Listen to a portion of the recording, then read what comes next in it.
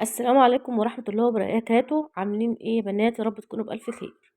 النهاردة هنعمل حمص الشام بطريقة سهلة جدا جدا، وطعمه بجد مش قادرة اقول لكم كان حلو ازاي. وان شاء الله تجربوه ويعجبكم. وصفة بسيطة جدا جدا، وحلوة جدا بقى في ايام الشتاء اللي احنا فيها ديت، في البرد وكده.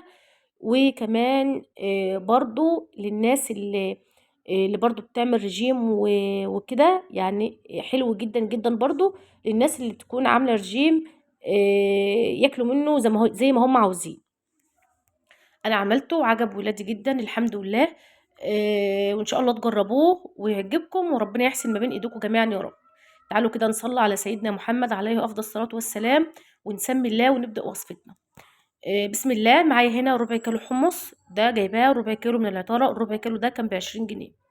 ومعايا بصلاية متقطعة وطماطماية كمان متقطعة، ومعايا 5 فصوص من التوم، ومعايا التوابل كمون وملح وبابريكا. بس كده. ضفت حلة على النار، حطيت حلة على النار وضفت فيها مية، وسبتها كده لما تسخن، ونزلت عليها بالحمص.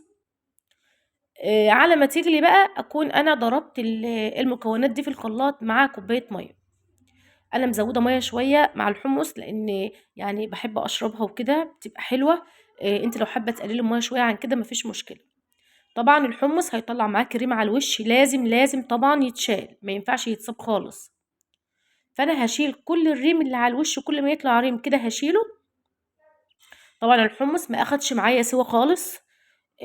انا بلاه من بالليل لما للصبح، وغسلته كويس جدا، وبعد كده اشتغلت بيه زي ما انتوا شايفين.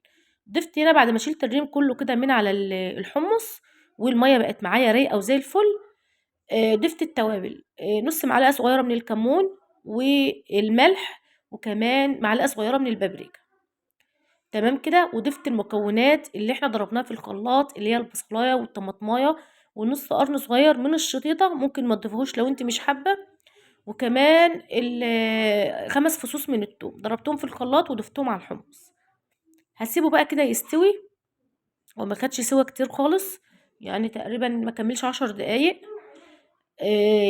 وهنعمل دلوقتي الدقة بتاعة الحمص. جبتي بولة او اي حاجة هتعملي فيها، ضفت فيها نص، يعني معلقة صغيرة خالص كده من الثوم، مش معلقة كبيرة، يعني معلقة صغيرة من الثوم المهروس. وكمان ضفت نص معلقة صغيرة كمون، وهعصر كده ليمونتين كبار. وهضيف كمان معلقتين من الخل.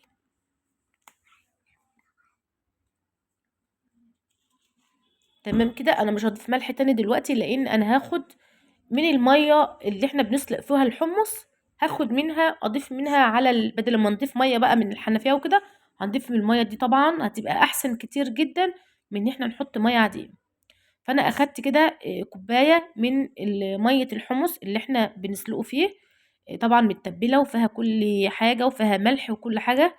فانا مش هضيف ملح دلوقتي. لو حسيت انها محتاجه ملح اللي الدقه هضيف كمان شويه دلوقتي.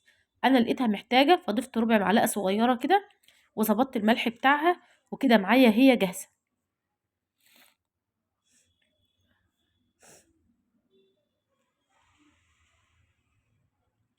اظبط بس الملح كده بتاعت الدقه بتاعتنا.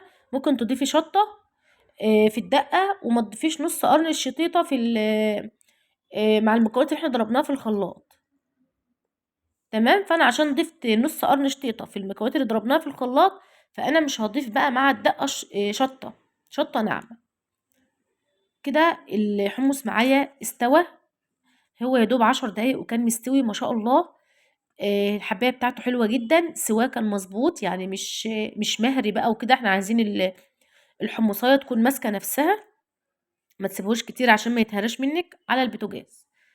زي ما قلت لكم انا مزوده ميه شويه عشان احنا بنحب نشربها، فانتي ممكن تقللي الميه عن كده. وده الحمص بعد ما استوى، نضيف عليه بقى الدقه بتاعتنا، وتاكلوه بألف هنا على قلبكم يا رب. والوصفة النهاردة بسيطة جدا وحلوة جدا جدا.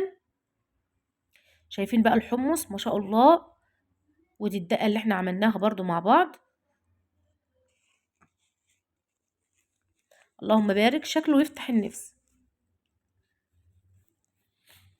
جربوه ان شاء الله يعجبكم. ودي كانت وصفتي معاكم النهارده. ما تنسوش بقى تعملوا لايك للفيديو وتشتركوا في القناة وتفعلوا زر الجرس عشان يوصل لكم كل وصفاتي، واشوفكم ان شاء الله على خير في وصفة جديدة. مع السلامة.